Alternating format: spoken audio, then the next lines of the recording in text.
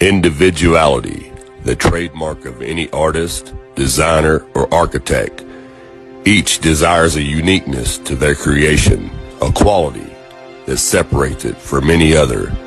Man naturally has this individuality, his fingerprint. There are 7.7 billion people on the face of the earth, and no two fingerprints are the same. Everything we touch or make contact with is branded with a small expressed image revealing to all who see it who was there. Around 1200 AD, a man named Leonardo Pisano, better known as Fibonacci, who was a famous mathematician from the Republic of Pisa, considered to be the most talented mathematician of the Middle Ages, Pisano discovered a sequence of numbers that created a very interesting pattern. The sequence begins with the numbers 1, 1, 2, 3, 5, 8, 13, 21, 34, and continues indefinitely. Each number is obtained by adding the last two digits together.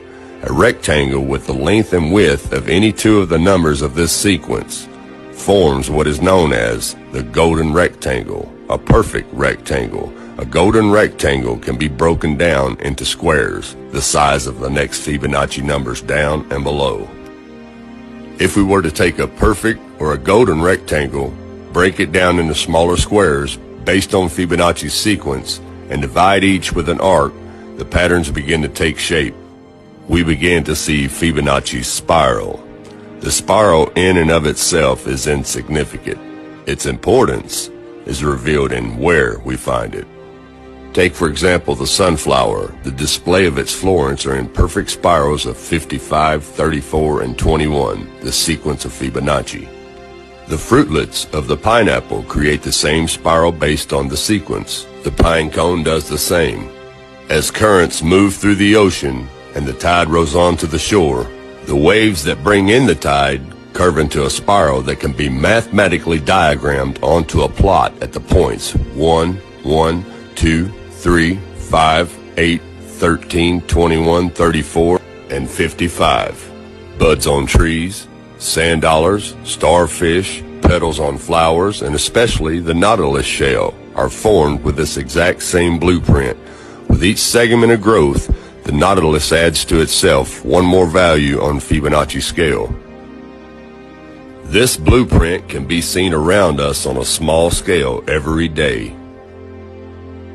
But the greatest example of all is directly above our heads.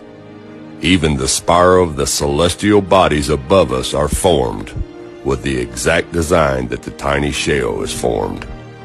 This sequence or blueprint appears to be the trademark of a designer, a proof of a creator, something left behind, indicating the one who was there, a fingerprint. As we scan our universe, from the tiny flower to the celestial bodies above, we see the fingerprint of God. Now, this mathematical sequence was discovered in 1100 AD, and it's been hidden from us. They do not teach you this in public school. Now, I'm going to switch the camera around and show you how this works really quick. Okay, we start the sequence out with a simple rectangle, and then we make smaller rectangles within that rectangle. Okay, now here's the sequence. 1 plus 1 equals 2. 1 plus 2 equals 3. 2 plus 3 equals 5. 3 plus 5 equals 8. And the sequence can just continue on indefinitely. There's no end to it. We can just keep adding to it, and it just keeps growing larger and larger. 8 and 13 is 21. And you start your spiral going from the first number outward, and that is the Fibonacci sequence. And this simple little mathematical sequence proves that there's a creator. And there's a reason why the government would not allow this, well, actually not allow it. They won't fund this sequence to be taught in public schools. Even though it was discovered almost 1,000 years ago, there's a reason why they will not fund this mathematical sequence to be taught in school. For one, it proves there's only one creator, one fingerprint, who created everything, because everything, every design created lines up with this sequence. And if they taught that in school, it would wake a lot of people up, and they'd be like, well, wait a minute. Everything on Earth has this same mathematical design, all the way down to our own DNA. You see what I'm saying? It would kill evolution theory, and it would kill the Big Bang theory. That's why this is not allowed to be taught in the public schools. It's time to wake up, people. Thanks for watching, and God bless.